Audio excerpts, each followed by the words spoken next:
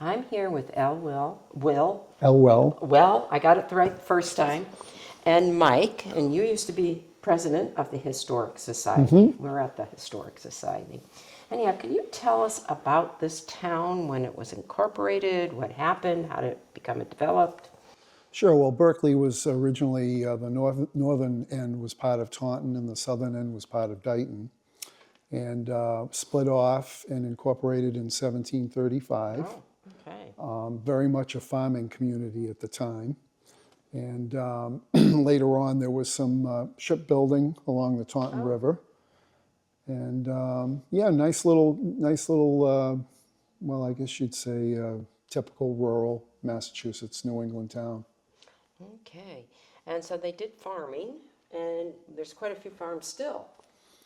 It looks like for us, maybe not. Maybe 'Cause we're visiting. small. I mean, compared when we grew up, Yeah. you know, Frank's right over here, but there were a few others then, and then there were guys that, you know, the open fields were hayed by different people too. Absolutely. But compared to what it was in the 60s, you know, it's down to almost nothing. Nothing. Well, what The did population was just under 2,000 when we were growing up in the 60s. Wow. And it's like 6,500 now, 7,000. Yeah. Wow, very good. And what do people do nowadays?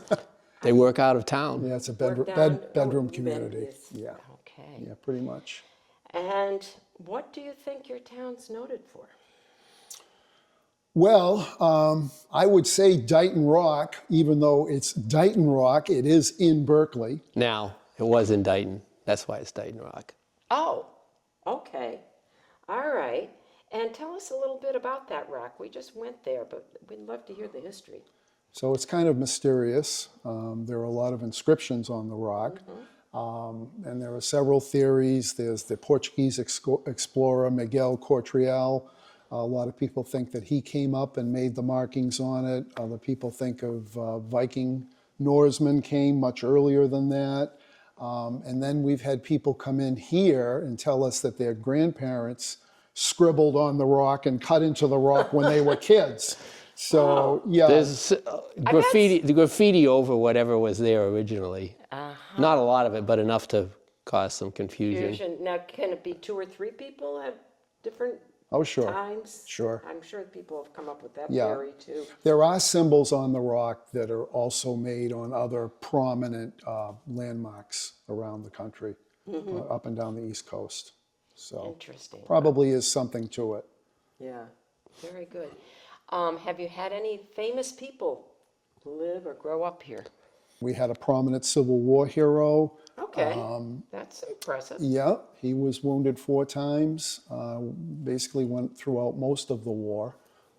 And you might want to film that because he was actually hit in the head, and we have his cap and the ball. Yeah, so everybody in town learns about that when they're growing up. Yeah. What was this building originally? Okay, so this was originally built as a town hall in 1849. Part of the reason to become a town was they got tired of crossing the river to go to Dighton to church.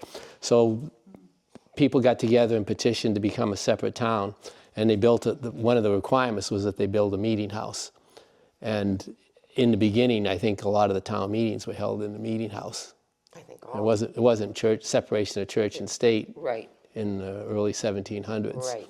So the town meetings were held in the meeting house. What about the Congregational Church? Was that the first church? Well, there was a church. We think it was someplace across the road here on the Common. And then the church one of them burned down, and there's a possibility that there were 2 churches and they merged together where the current Congregational Church is. During the uprisings of the King Philip's War, there was a safe house or a blockhouse in Taunton, and all the area residents, when the Indians went on the warpath, all the area residents would go to that blockhouse to be safe. And we had a local guy, Edwin, was it Edwin? Edward. Edward Bobbitt, who lived down here on Bayview Avenue. And they were all in the blockhouse, and his wife said to him, "We need that cheese hoop," because they didn't know how long they were going to be holed up there. So she sent him back to get the cheese hoop. Oh, no. Okay, and his faithful dog went with him. He got the hoop, and on his way back, he saw some Indians. He climbed up in a tree to escape the Indians, but the dog stayed at the base of the tree and barked. And the Indians discovered him, and that was the end of him. Yeah. The original stone marker is in Old Colony History Museum in Taunton, but there's a marker down on Berkley Street where supposedly it took place. and because the Babbitt family has been in town since the beginning, and that story's been passed down, it's pretty much accepted as fact without a lot of embellishment. Yeah, more or less.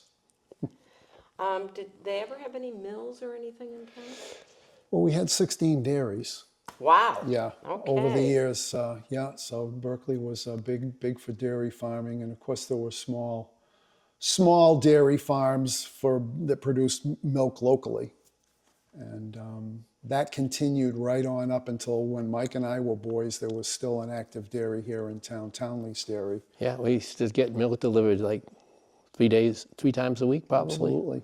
Rodney French lived in Berkeley. I'm not sure if he was born in Berkeley, but he's buried in the Fox Cemetery. And he was mayor of New Bedford. I think he may have been in the state legislature. But he was going to be nominated for like the customs collector down in New Bedford. And because he was an abolitionist, the president at the time didn't think that he could get him approved through Congress. So he never became the customs collector down in New Bedford. Interesting. But his family has got a plot in the Fox Cemetery, and he's buried there. Very interesting. Where did the name come from, Berkeley? He was a bishop named Berkley with 3 E's, Berkley, without the town somehow skipped the E between the K and the L. But he was bishop down in Newport, and they named the town after him.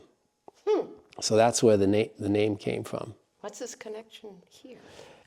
Somebody was just impressed with him as a bishop. bishop, and they decided to name the town after him. Very nice. But in the transcription of the name, the E got dropped. Tell them about the organ. Oh yeah, in this book, There's the real history of Berkeley. this was published in 1872, Wow. and the organ was given as a gift to the town by the bishop. It was down in Newport, and for whatever reason, the people in town didn't think that it was appropriate to have an organ in the church. So it stayed in Newport, and according to the book there, it never came to town, and when the storage fees weren't paid, whoever was storing it confiscated the organ, and who knows where it went. It disappeared. Oh, wow. Interesting story. It'd be nice to have it. Yeah. Yeah, Okay, I think we need to take a walk unless we've missed something. that's the general sketch of the whole thing. As exciting as it gets. Well, it is exciting. It is.